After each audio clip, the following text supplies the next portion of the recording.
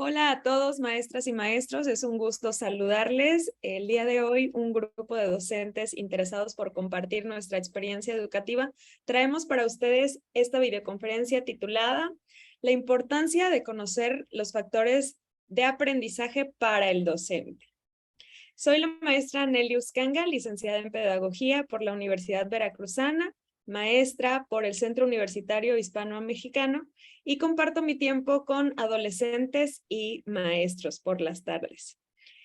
Nuestro grupo de docentes tienen diversas especialidades y trabajan en contextos distintos, así como escenarios multifacéticos, por lo que pido se presenten antes de iniciar con un tema muy interesante.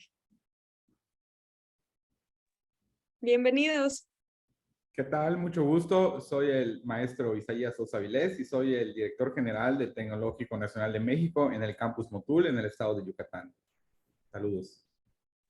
Gracias.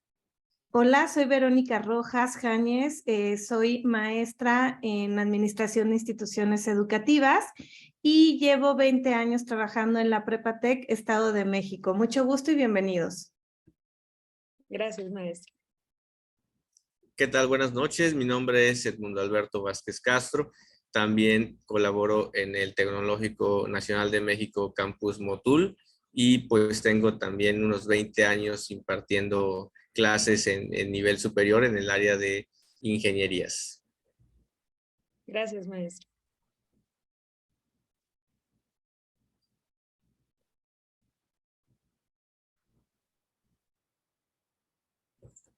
Bien, pues mi nombre es Juana Karen Tolentino Guevara, soy licenciada en Educación Preescolar por la Escuela Normal de Jilotepec.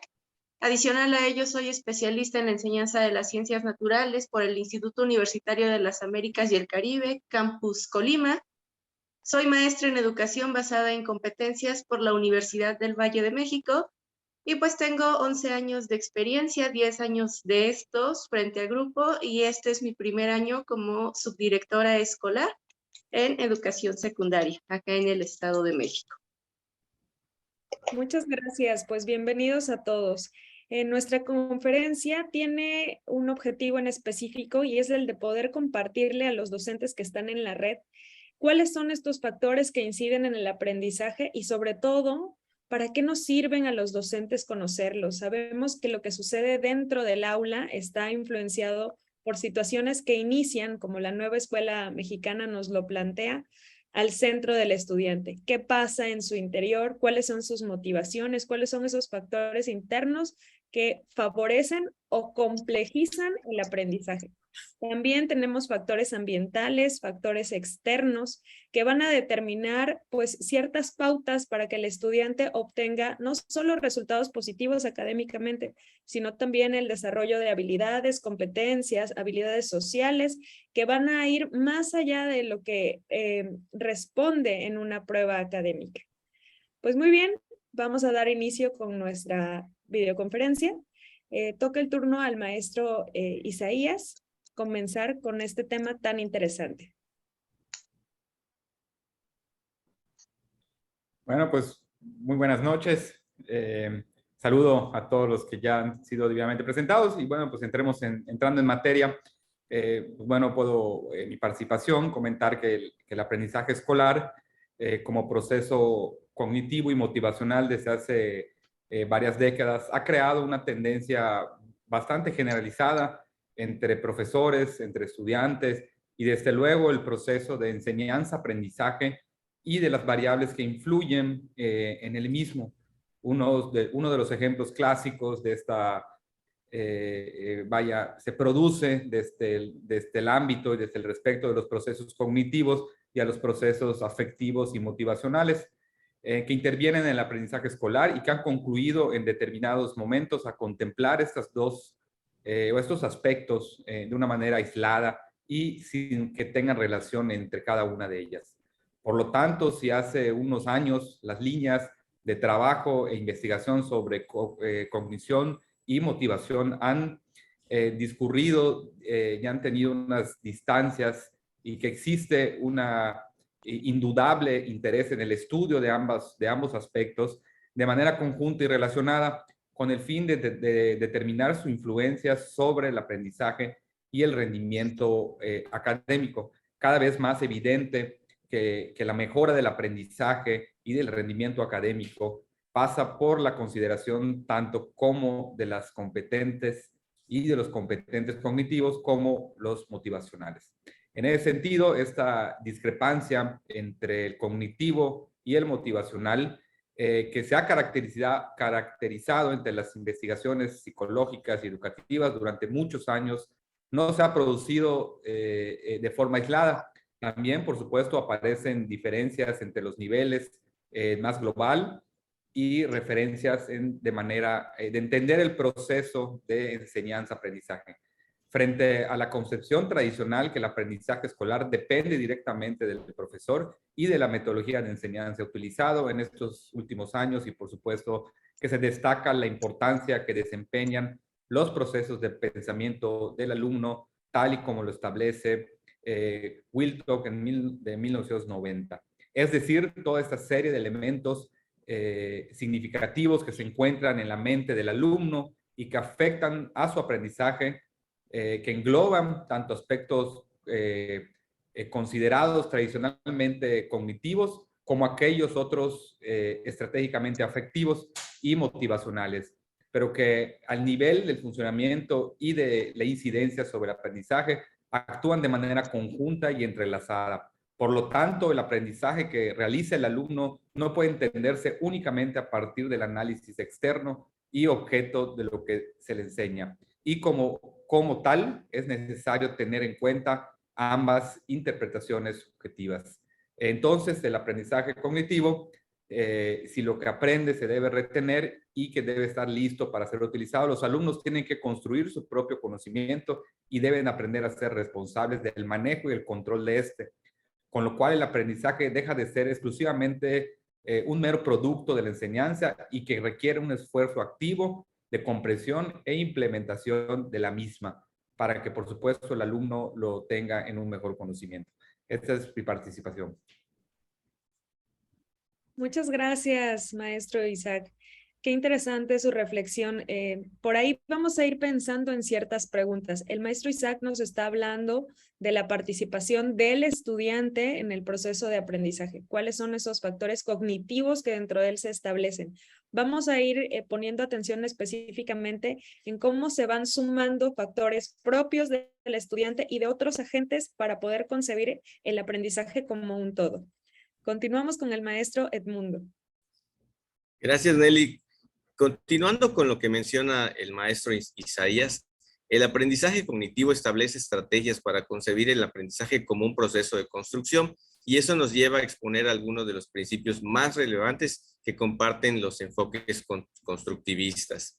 De la integración de los aspectos cognitivo y afectivo emocionales, influye el aprendizaje como la consideración del alumno como agente activo del constructivismo, donde construye el conocimiento y es un verdadero protagonista del aprendizaje. Se conduce en la actualidad a una convergencia casi obligada en la manera de enfocar el estudio e investigación de los posibles determinantes del aprendizaje y rendimiento académico.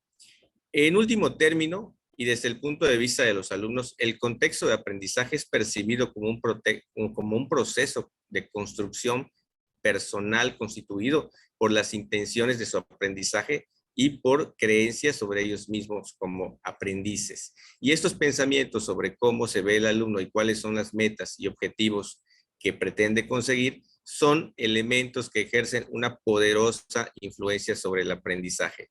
A esto hay que añadir que para alcanzar dichas metas, el alumno debe poner en marcha determinadas estrategias adoptadas en sus instituciones educativas. Los individuos con metas de aprendizaje están interesados en la adquisición de nuevas habilidades y en la mejora de sus conocimientos, incluso en el caso de que cometan algunos errores.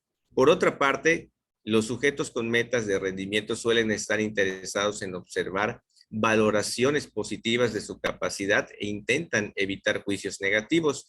En muchos casos, estas personas prefieren percibir una valoración positiva sobre una tarea fácil que recorrer el riesgo de recibir una valoración negativa sobre una tarea desafiante y significativa, tal como lo comenta Miller y colaboradores en 1993.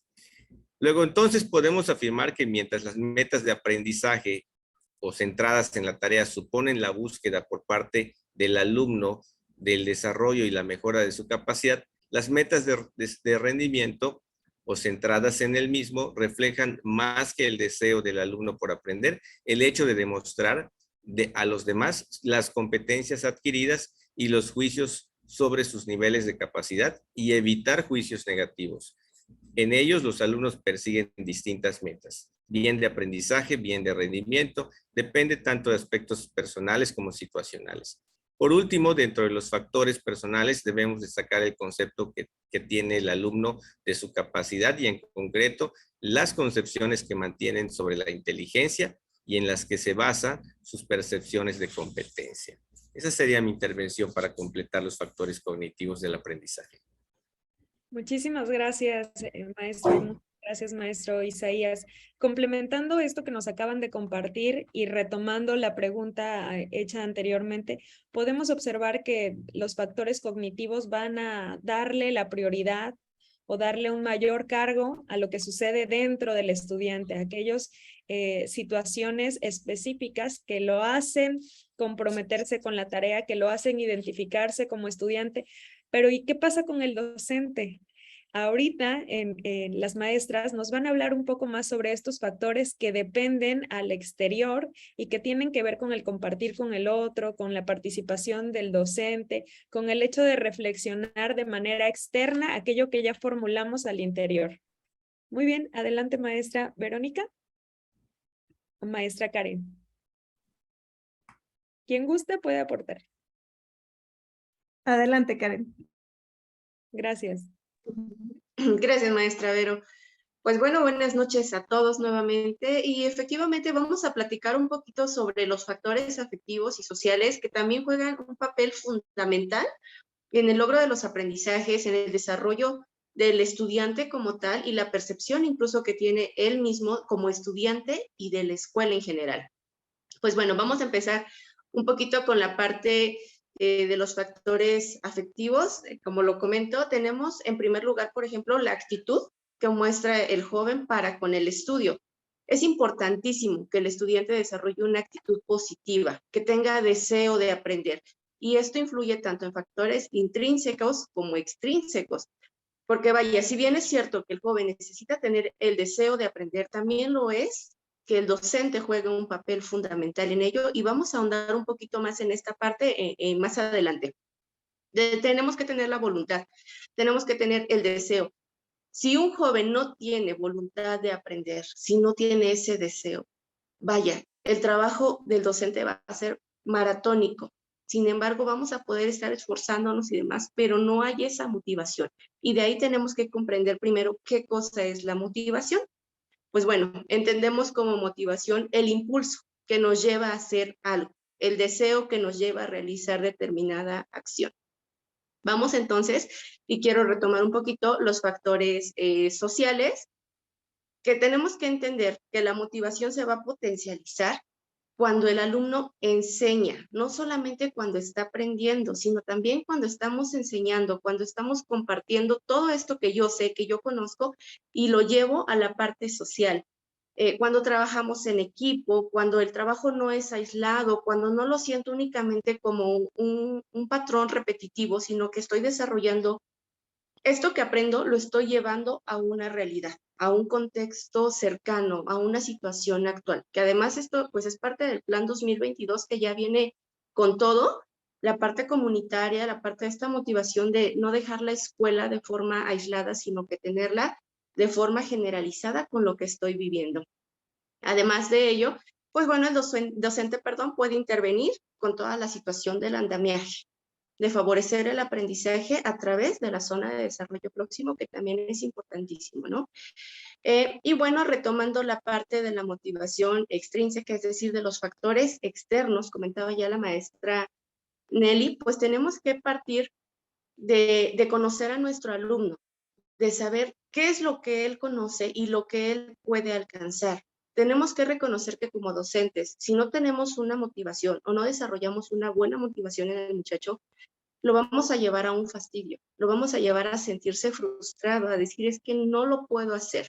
De ahí la necesidad de conocer tanto al alumno como sus procesos, como lo que él conoce, como lo que puede alcanzar con la motivación adecuada. Entonces, creo que como docentes tenemos un papel muy importante, tenemos que ser conscientes de esta situación, que si bien es cierto hay cosas que para los jóvenes pueden ser difíciles, también lo es que pueden facilitarse a través de una guía adecuada. Y pues bueno, esa sería mi participación, maestra Nelly. Muchas gracias por la oportunidad de escucharme y de participar en esta conferencia. Muchísimas gracias a usted, maestra. Pues bien, vamos a hacer como un pequeño resumen. Ya vimos la parte interna, ya estuvimos hablando de los factores que al compartir con el otro van a potenciar mi aprendizaje, que me van a permitir incrementar aquellos contenidos que ya yo tengo de base con mis aprendizajes previos y que bueno, la maestra Juana Karen nos comentaba, ¿no? Tenemos un poco de Vygotsky, un poco de Brunner, un poco del andamiaje, llegamos a la parte constructivista. Pero ¿qué pasa con el contexto? Aquel estudiante que está motivado, que busca apoyo en los demás, que busca encontrarse con el otro para compartir el aprendizaje, y el contexto, ¿cómo influye?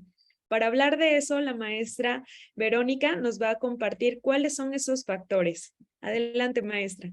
Muchas gracias, maestra Nelly. Pues para complementar lo que han dicho mis colegas maestros, aquí vamos a cerrar con el factor que trata de lo ambiental y de la organización. Los alumnos y alumnas tienen que tener estos hábitos de estudio para poder lograr que se lleve a cabo su proceso de aprendizaje. Y son cosas muy básicas como el tener un lugar establecido en casa para poder estudiar. A lo mejor lo ideal es obviamente tener un escritorio muy ordenado donde podamos tener luz natural cuando oscurece, una luz directa que los pueda ayudar a que puedan ver bien, a que pueda ser un ambiente muy agradable, que la temperatura esté estable para que estén ellos totalmente concentrados, que incluso haya suficiente oxigenación para que obviamente pueda llegar a su cerebro y puedan estar enfocados. Tratar de evitar todas aquellas distracciones. Sabemos que nuestros estudiantes tienen conectado a su manita el celular. Entonces, el celular definitivamente es un distractor que si lo tienen cerca, desafortunadamente con el escuchar el timbre, saben que les llegó una notificación de algo y si se distraen en ese momento, pierden la concentración. Entonces, lograr estos hábitos de estudio de un lugar ordenado, de estar en un lugar donde no haya distracciones, donde la luz, donde la temperatura sean los adecuados, es sumamente importante. Y aquí viene también el que ya que estamos en un lugar adecuado para que se pueda dar este estudio, entonces también tener una gestión del tiempo. Y gestión del tiempo es una autonomía en la que yo me puedo organizar. Las agendas, tanto físicas como digitales, son de suma utilidad, porque entonces vamos organizando nuestros tiempos para poder hacer un proyecto, para poder estudiar.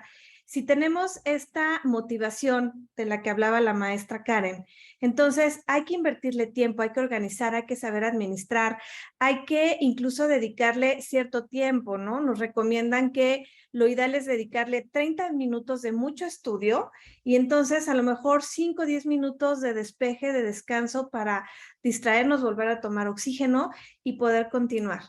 Es muy importante también, si vamos a tener una agenda, pues dar estas prioridades. Prioridades, es decir, nuestros alumnos y alumnas obviamente tienen muchas materias en un mismo periodo escolar, llámese semestre, cuatrimestre o en un periodo anual.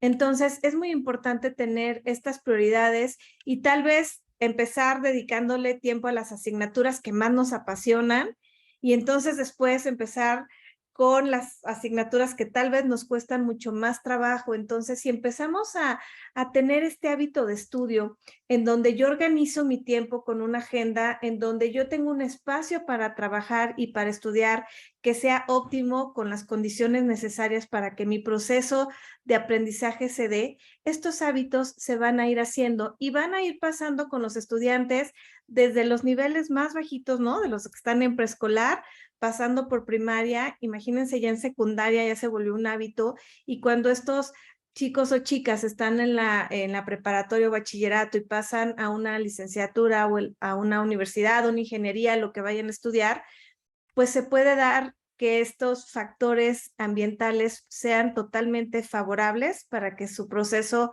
de enseñanza sea totalmente significativo. Entonces, hábitos de estudio es básico para que el proceso de enseñanza-aprendizaje se dé de una forma muy eficiente. Muchas gracias. Muchísimas gracias, maestra Vero. Muy bien, pues hemos hecho un pequeño resumen a partir de la propuesta que raya 2010 y que también la Dirección de Educación a Distancia nos manejan sobre estos factores cognitivos, afectivos y ambientales. Pero, ¿qué sucede? ¿Cuál es la importancia que estos factores tienen para los docentes? ¿Quién gusta abordar esta cuestión? Bueno, si me permiten mis compañeros, es de suma importancia que todos los que nos dedicamos a la educación y que nos enfrentamos diario a estar en un salón de clases, sepamos que tener en mente totalmente estos 3 factores que hemos estado platicando el día de hoy, porque influyen directamente en el aprendizaje de nuestros alumnos, tanto los cognitivos, los afectivos sociales, como los ambientales. Entonces, con estas herramientas que nosotros podemos crear para darles experiencias de aprendizaje con verdadera calidad, que los haga estar motivados, poderlos inspirar, para que no nada más aprendan nuestra disciplina, sino también para que puedan aprender y lo puedan trasladar a su realidad y lograr tener pues mejores seres humanos, no nada más mejores estudiantes, sino sacar y egresar profesionistas que de verdad estén comprometidos con tener un mejor país. Muchas gracias. Muchas gracias, maestra Vero. Maestro Isaías, adelante.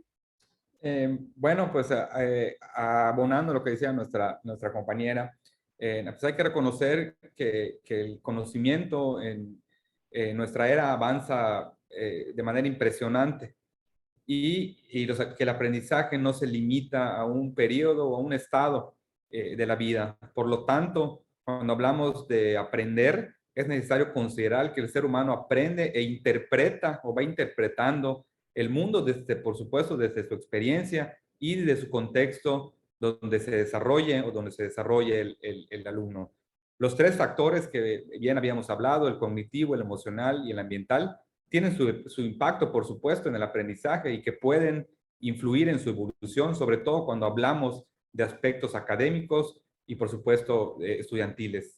En mi opinión, considero importante recordar que como base existe un aprendizaje multifactorial que no necesariamente consiste ni tampoco está ligado del uno del otro. Nos referimos a que el desarrollo de manera práctica, casi inconsciente, a través de situaciones que debemos de enfrentar a lo largo de nuestra vida y resolver en la vida, por supuesto, en nuestra vida del día a día, pero, por supuesto, centrándonos en lo académico y convivir y manifestarse en un proceso de aprendizaje continuo consiste en eso, en estar, en aprender continuamente. Esa es mi participación. Muchas gracias, maestro Isaías. Para la maestra Juana Karen y el maestro Edmundo, ¿cuáles considerarían que de estos 3 factores es el más importante y por qué? Si me permite, maestra, a mi parecer, los 3 son importantes, indudablemente, pero de forma personal considero que la motivación es indispensable. Si un joven no está motivado a aprender, difícilmente va a hacerlo.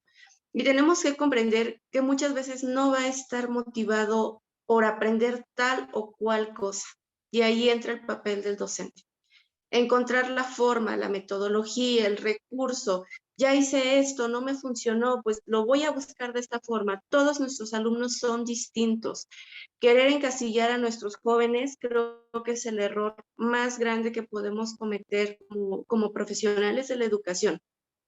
Tenemos que lograr que estén interesados en lo que están aprendiendo. Tenemos que hacer que ellos disfruten del aprendizaje, que lleguen más allá de lo que vemos en el aula. Una vez que yo como docente logré que mi alumno se entusiasme por el aprendizaje, a mi parecer, Indudablemente la motivación es elemental en cualquier nivel educativo y vaya, en cualquier ámbito en el que nos desarrollemos. Muchísimas gracias, maestra. Maestro Edmundo. Perdón, maestro, su micrófono. Perdón, efectivamente comparto la misma opinión que mis compañeros. Yo le llamaría un factor de empatía. Digo, los tres son importantes, pero en la experiencia que he tenido a lo largo de los años que he dado clases, hacer que el alumno aprenda es lo más importante, porque en nivel superior, la mayoría de los, hablo del nivel superior que es en el que más me he desenvuelto, la mayoría de nosotros no fuimos formados como docentes, no somos maestros normalistas, somos profesionistas que prestamos nuestros servicios en el sector educativo. Como un servidor, yo estudié Ingeniería Química Industrial como licenciatura, una maestría en matemáticas, pero la parte pedagógica, pues esa ha sido más por experiencia que por formación.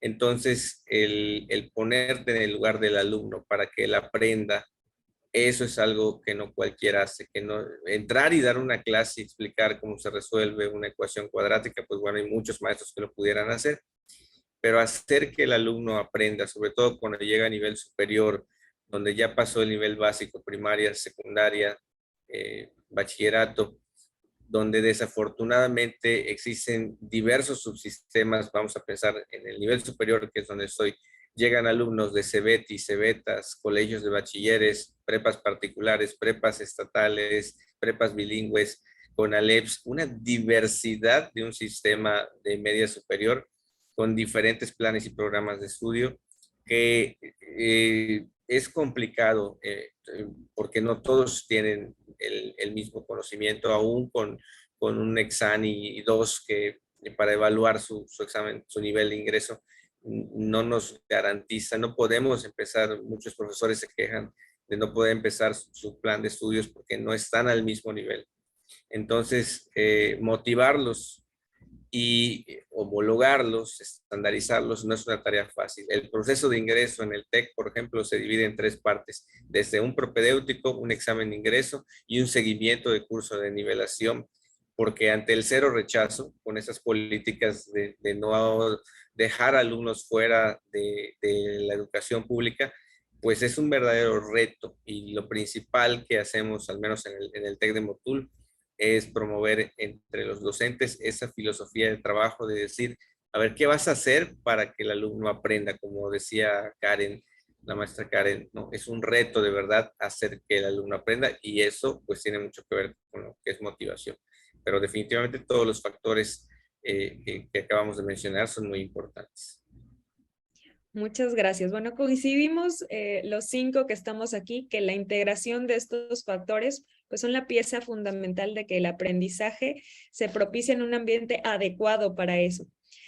Ahorita nuestra nueva escuela mexicana, para los que estamos en educación básica y hasta media superior, pues sabemos que también está incorporando un elemento que es la corresponsabilidad y nos hablaba del trabajo en alumnos, casa y escuela. Esta triada que hemos tratado de conseguir y que durante la pandemia pues fue una pieza fundamental para que esto se desarrollara, aunque estábamos en un proceso de educación a distancia de emergencia, ¿no? Considerando esto, tengo 2 preguntas para cada uno y les pido que por favor vayamos contestándolas. Se las voy a proyectar para que sea también más fácil para nuestros asistentes identificarlas. La primera es, ¿para qué creo que me van a servir estos contenidos? Para mí como docente, ¿para qué me va a servir conocer cuáles son los factores de aprendizaje y cómo pretendo aplicarlos en mi práctica?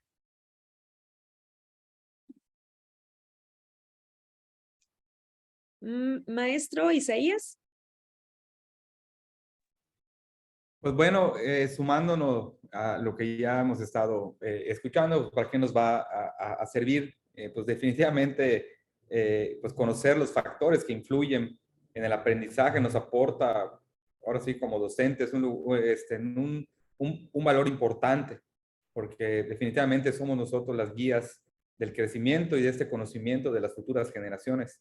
En ese sentido, pues conocer pues nos va a servir en general para poder canalizar o para poder centralizar al estudiante para que pueda estar motivado, para que pueda estar aprendiendo y todo esto lo ponga y lo lleve para un desarrollo personal. Entonces, en ese sentido, pues nos va a servir de muchísimo tener y conocer todo esto que engloba el aprendizaje del alumno.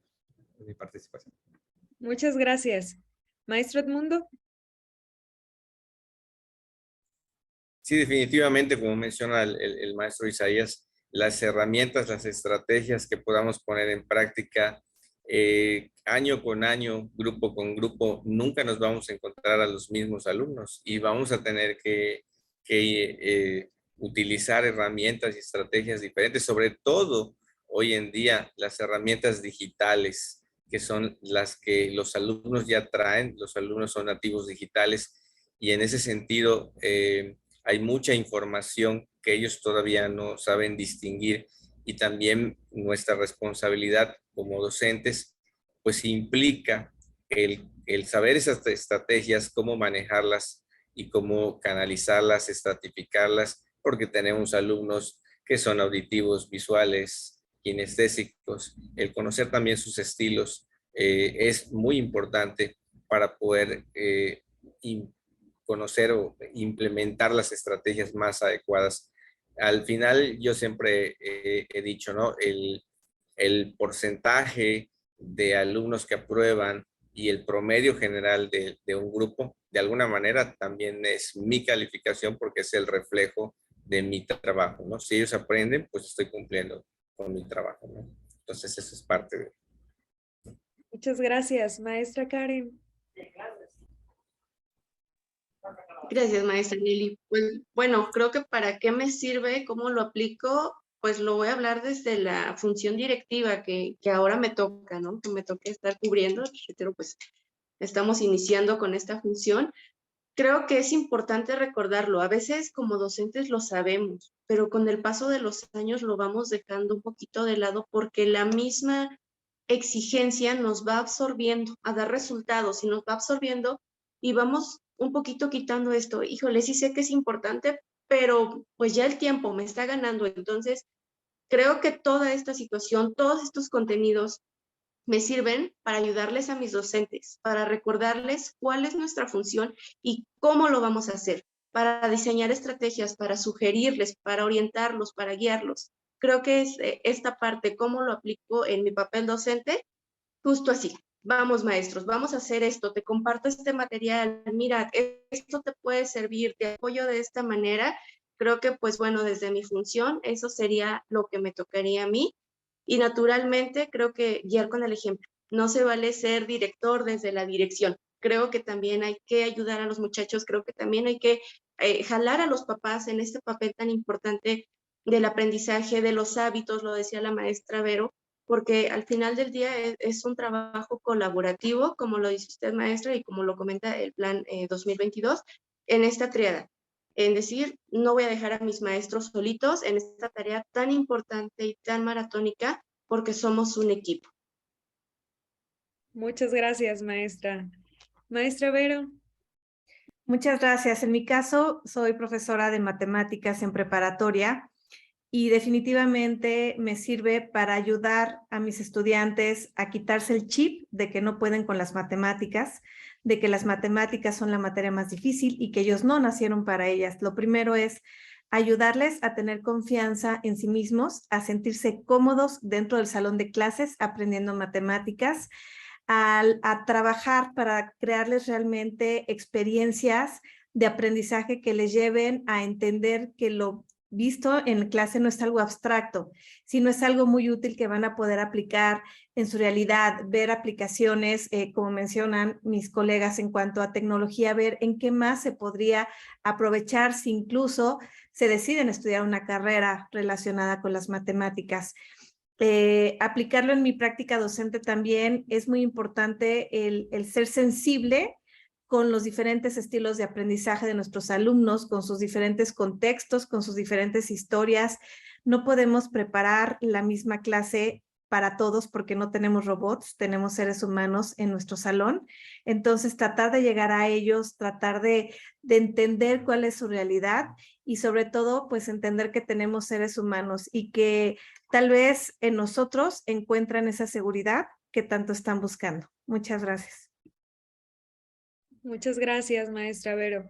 Muy bien, pues quiero ser como puntual desde mi práctica, al estar con adolescentes y con maestros también. Lo primero que pasó al revisar estos contenidos, estos factores, pues fue hacer una propia autoevaluación, ¿no? Darme cuenta de cómo estoy manejando estos factores dentro del aula y también reconocer que quizás con mis alumnos, los más pequeños, ya lo tengo activado, pero con los docentes de repente puedo perder eso, ¿no? Y quiero que lleguen a lo que tienen que llegar y quiero que ya estemos en la capacitación y ver cuántas horas llevan y cómo va el proceso de evaluación. Y en el caso de educación básica tenemos evaluaciones a nivel horizontal y vertical, entonces mi compromiso es ver que mis estudiantes docentes de la zona cumplan con las horas de capacitación para que puedan evaluarse y entonces eso haga que nuestro centro regional pues tenga una mejor puntuación. Entonces sí, darme cuenta de mi práctica, revisar, volverme a motivar como docente y bueno, también reconocer, como para finalizar esta parte, nos compartían algunas pautas que nos pueden servir como para tener claras los docentes al momento de estar ya frente a estos factores tan importantes para el aprendizaje, ¿no? Y se los voy a comentar así de manera breve y les pido que pensemos en uno que agregaríamos nosotros. Estos son 8. El primero es crear una imagen positiva de nuestro estudiante.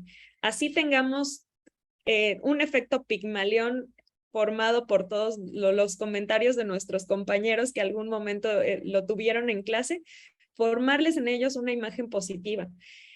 Ayudarlos a buscar apoyo en los demás y a favorecer esta socialización que pues es tan fundamental. Contar con un interés también de parte de los tutores en su aprendizaje, involucrarlos, no solo como observadores, sino como parte del proceso de aprendizaje.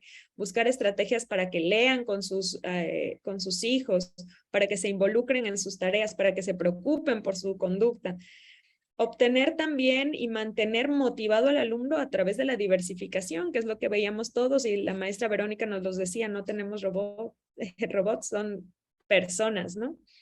Hacer clases entretenidas, que yo sé que a veces eso los tiempos y la carga de nuestros horarios nos los impide un poco o nos restringe las posibilidades, pero a veces con un meme podemos empezar cualquier clase y ya estamos atrapando al estudiante, ¿no? Un TikTok, por ejemplo. Recompensar su esfuerzo. Sabemos que nuestra evaluación numérica sigue siendo un estándar, pero pues también aquel que se esforzó y que vimos una mejoría en su proceso, pues también reconocerlo. Quizás no va a estar dentro de la boleta o en el examen o en la puntuación, pero sí unas palabras de aliento pueden ser esa motivación que le hacía falta. Favorecer objetivos pequeños que tengan que ver con todo el macro objetivo que vayamos a desarrollar a lo largo del curso escolar y que le permitan al estudiante irse midiendo también y pues tener técnicas de estudio adecuadas a su edad, que lo veíamos con los factores ambientales.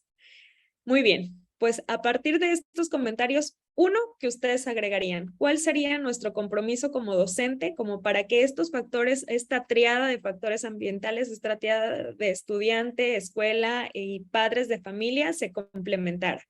¿Quién gusta empezar? Me gustaría añadir que es muy importante generar una formación integral. Yo he impulsado mucho una formación integral en los jóvenes, en equipo, por supuesto, con los padres de familia y en equipo con los docentes y administrativos. Si no formamos de una manera íntegra a nuestros estudiantes, a nuestros futuros, en mi caso, futuros ingenieros o ingenieras, que por delante, van a sacar adelante este gran país que tenemos.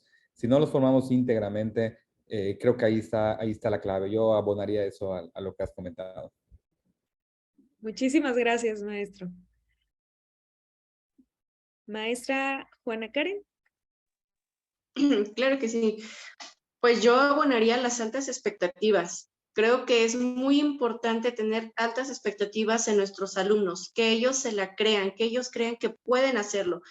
Muchas veces cuando un alumno tiene dificultades de aprendizaje desde preescolar, primaria, va creyéndose es que no puedo, es que yo soy el que no sé, el que yo nunca hago la tarea. Vaya, terminan creyéndose esa parte negativa. Y creo que no, creo que nosotros tenemos que motivar, es que sí puedes, es que ¿por qué no? Vamos a ir ayudándoles. Entre más altas expectativas tenga el docente de un alumno, mejor lo va a hacer sentirse consigo mismo. Y vamos también a meter a los padres de familia en esta parte. Crea en su hijo. No le niegue la oportunidad de ser lo que él quiere y puede ser. Entonces yo incorporaría sin duda la parte de las expectativas como docentes, como alumno y como papás. Muchas gracias, maestra. Qué enriquecedor los dos comentarios, compañeros. Sí, maestra Verónica. Muchas gracias. Yo complementaría con el compromiso que tenemos los docentes para estar actualizados en 3 avenidas. 1, en nuestra disciplina. Siempre tenemos que estar estudiando y preparándonos en nuestra disciplina. 2, en técnicas didácticas de vanguardia, en metodologías que ayuden a hacer nuestras clases de verdad las mejores y las más inspiradoras. Y 3, en tecnología. El profesor Edmundo lo decía, tenemos nativos digitales en la clase, tenemos que estar a la altura de estos nativos digitales. Ese es mi compromiso y que yo sugiero todos los docentes deberíamos de tener. Muchas gracias. Muchas gracias, maestra Vero. Maestro Edmundo. Pues ha sido muy enriquecedor escucharles porque hemos tenido profesores de diferentes sectores, ¿no? Tenemos del área directiva de nivel media superior, básica, superior, creo que ha sido un excelente foro. Bueno, yo quisiera concluir con algo que le llamo valor agregado. El valor agregado es aquello, un plus que tiene nuestro alumno que pueda servirle para poder competir con el mundo globalizado en el que vivimos. Por ejemplo, no conformarnos únicamente con darles lo que necesitan. Por ejemplo, me refiero a que si les podemos dar un artículo en inglés, un artículo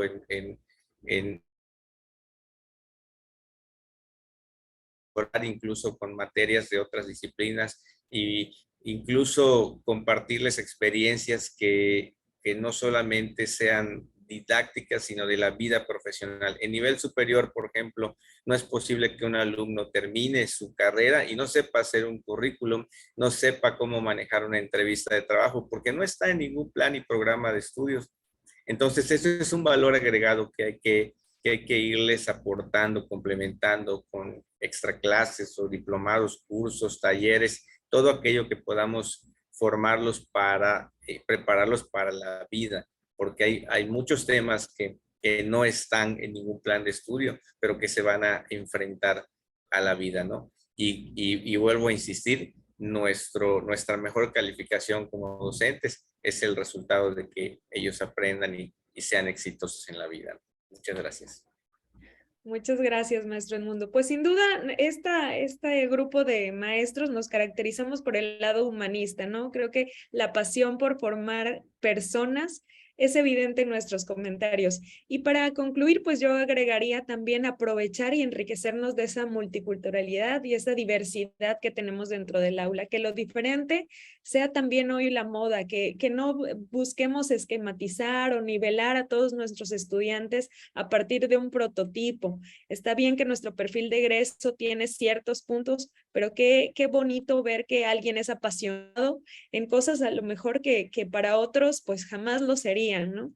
Entonces aprovechemos esto que es diferente de nuestra aula y hagámoslo grande.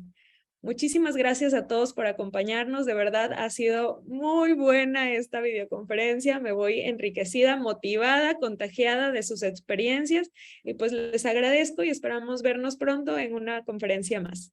Buenas noches, hasta la próxima. Gracias.